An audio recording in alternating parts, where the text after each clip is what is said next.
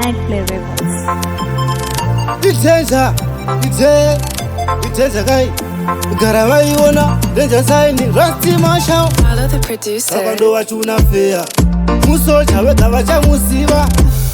Apana wandinonyeya Ngopata ngoma ndopata somashua Chero sikaita se wanoda kutipikisa Socha ndikasika mafazi ndiri kuchambisa Chero sikaita se wanoda kundifinura Ure rino wachandikopera Chero sikaita seiko Noda kuwachuna kota ndisifain Chero sikaita seiko Kavagare waona Danger sign Ibasa rangu kuvarovera manamba Katipanda itanga Waimbosiramba Ati ndewe moko mashindewe chamba Kushamisika kona pesi ndatofamba Nok, yengana nonoka Msocha ndauya, futi shangu ndakakoka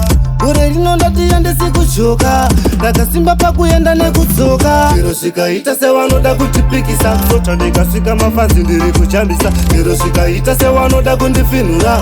Ure lino wachandikopera Chero sikaita seiko Noda kuwachuna kota ndisifain Chero sikaita seiko Kavagare waona Danger sign Tipe kuna piti ndivapedzere Dandi dzingoma ndivatonzere Iwe taflo Vatora vida Chipo chaita zvikonzere yanzi Patanire musocha ikida goria Kusvida kusasvida Mukati ndichipinda kupinda vachibuda Inzwa sikupata nekupinda kungambida Iganasi Chero sikaita se wanoda kutipikisa Socha ndikasvika mafazi ndiri kuchambisa Chero sikaita se wanoda kundifinura Ure rino wachandikopera Chero sikaita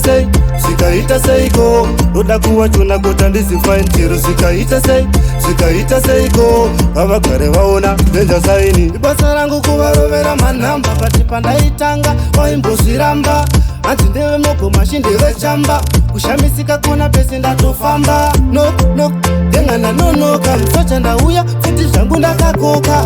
Ure lino ndatiya ndisikuchoka Ndakasimba pakuyenda nekudzoka Chero sikaita se wanoda kutipikisa Socha ndikasika mafazi ndiri kuchambisa Chero sikaita se wanoda kundifinura Ure rino wachandikopera Chero sikaita seiko Noda kuwachuna kota ndisifain Chero sikaita seiko Kavagare waona Danger sign Nigga producer Palo Alongside Taflo Yo, Jimmy Jimalo I'm son Tarzan